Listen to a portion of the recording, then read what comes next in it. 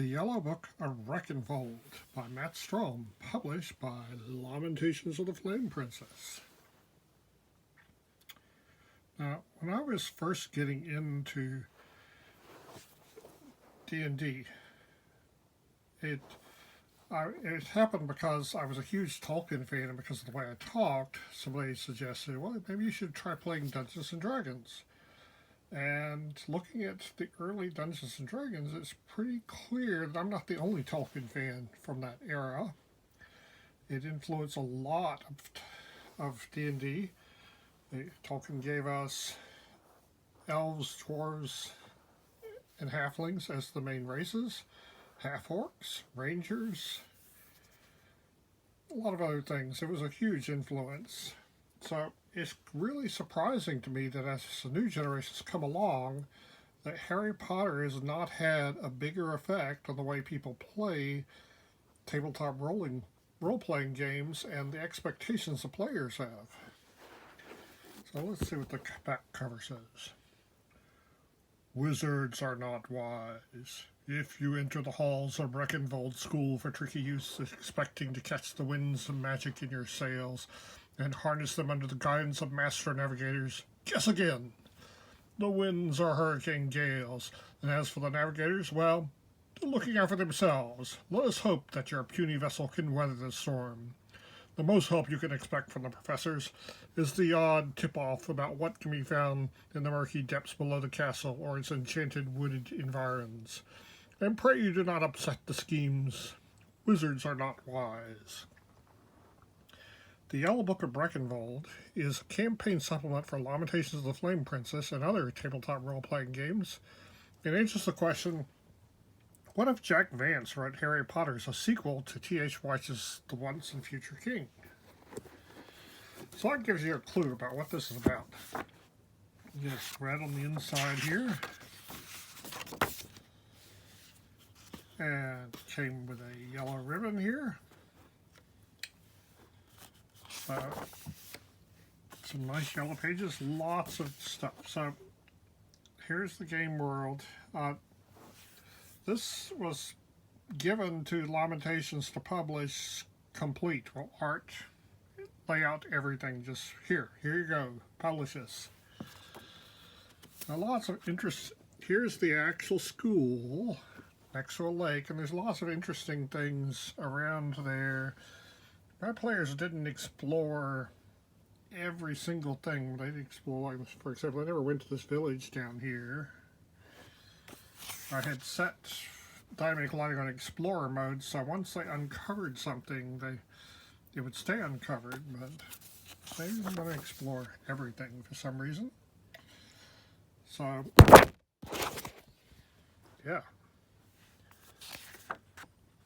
So, this campaign, you start off as a 0-level character, and then you get sent into the dungeon, and you have to find a different way out than the way you came in. And once you do, then you become a first level either magic user or cleric. I added druids to that because that's the way my campaign goes. Druids and elves, rather.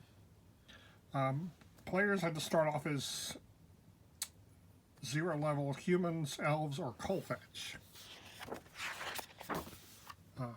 So there's some conflicts here, some background information on the different conflicts. There's the 3 giant brothers. I believe the players met 2 of them.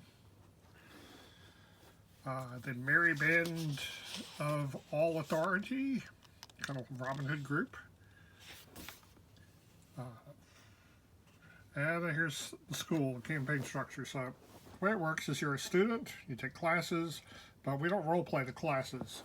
In between classes, you can go sneaking around the dungeon, and if you find magic items, you can either keep them or you can turn them in and get XP for them.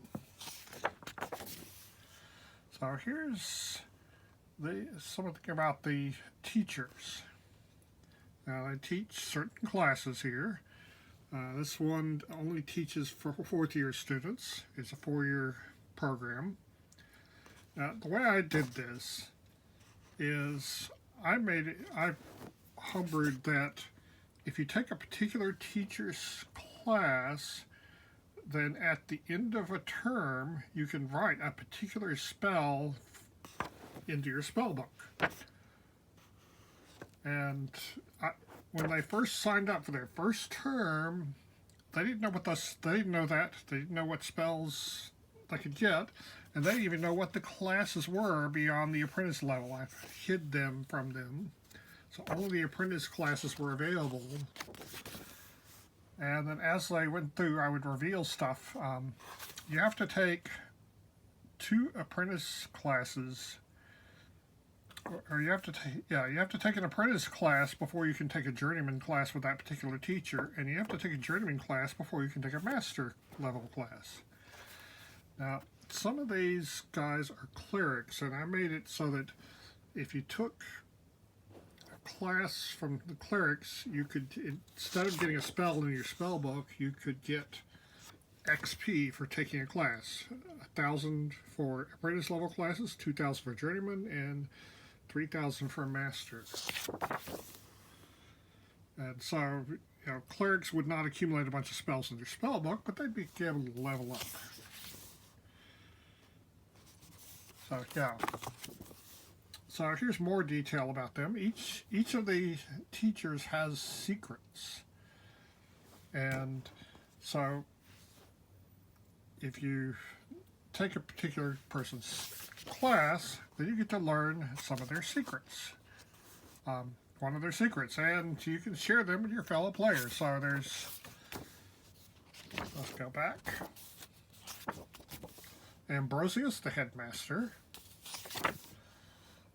Alwyn, the conjurer. Cretan, the composer. There's a necromancer, Death Comes Back. A librarian, Expert. A smith. One of his classes elves can't take, because in this game world, elves can't touch iron. There's an alchemist. In One Mind the Cosmos is the astronomer.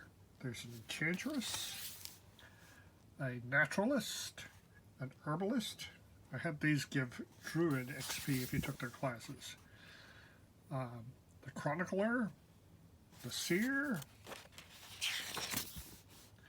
and a collection of other NPCs. So I think I need to cut this into more than one thing so it'll fit.